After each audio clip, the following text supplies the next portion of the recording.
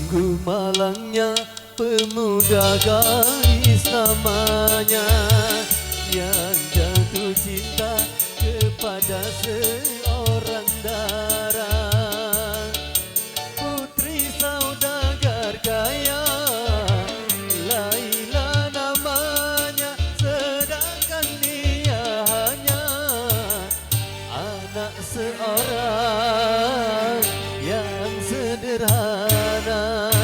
Sungguh abadi cintanya Kais dan Laila.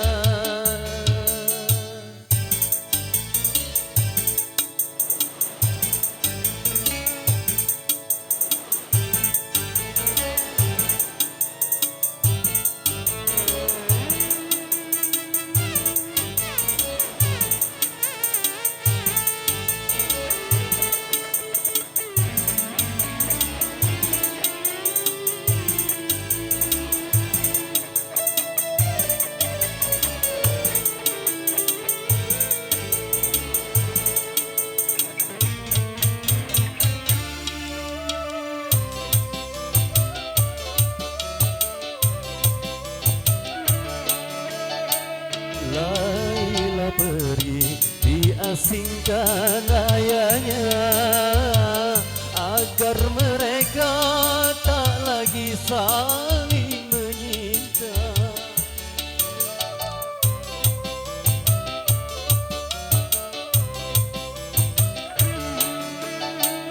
Kasihan Kais bagai orang gila, setiap hari menyebut nama Laila.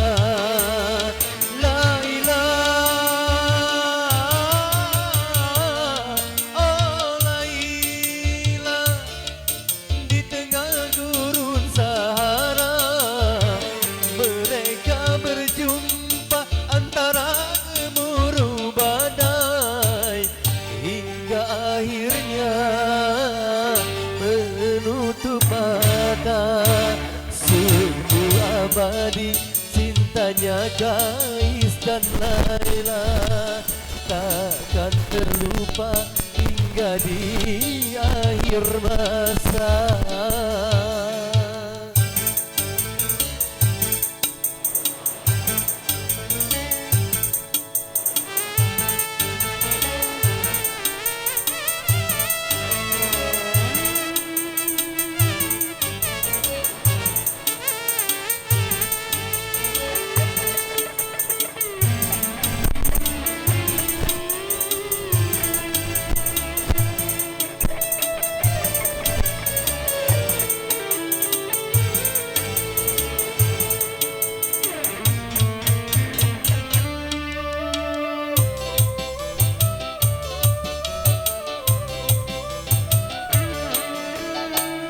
Laila pergi diasingkan ayahnya, agar mereka tak lagi saling menyinta.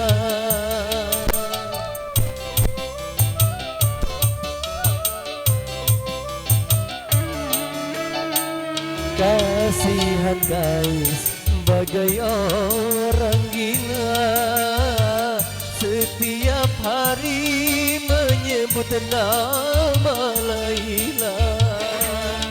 Laila, oh Laila, di tengah gurun Sahara mereka berjumpa antara gemuruh badai, hingga akhirnya menutup mata. Sungguh abadi cintanya Kais dan Laila.